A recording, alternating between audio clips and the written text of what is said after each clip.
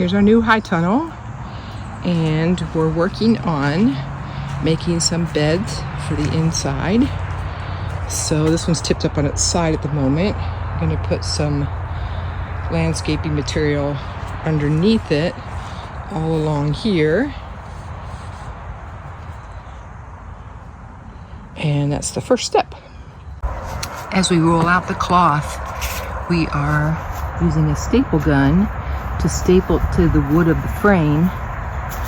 And then everywhere that there's a metal pole coming down, we are putting one of these pins in, fabric pins that look like this.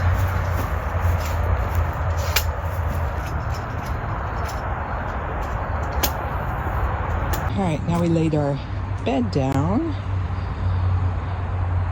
like so. And next we're going to put in some passive solar heating barrels, just fill them with water.